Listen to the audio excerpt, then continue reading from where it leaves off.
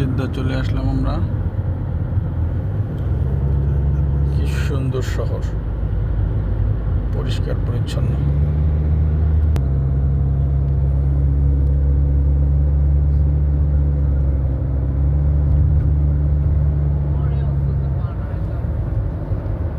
একটা স্কয়ার আছে, কি সুন্দর একটা মনুমেন্ট এখানে, দারুণ।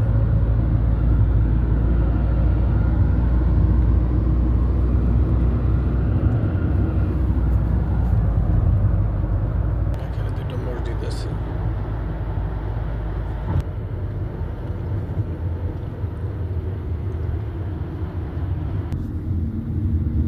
মরুভূমির মধ্যে কি সুন্দর গাছ।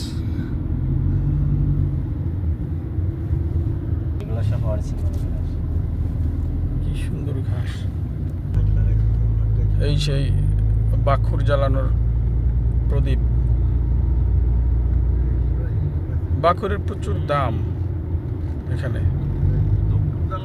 হ্যাঁ, ধূপ জ্বালাইতো না, সেরকম অনেকটা সেরকম বাখুর। এই প্রদীপ এটা একটা ইতিহাসের মতো করে রাখছে। হুম।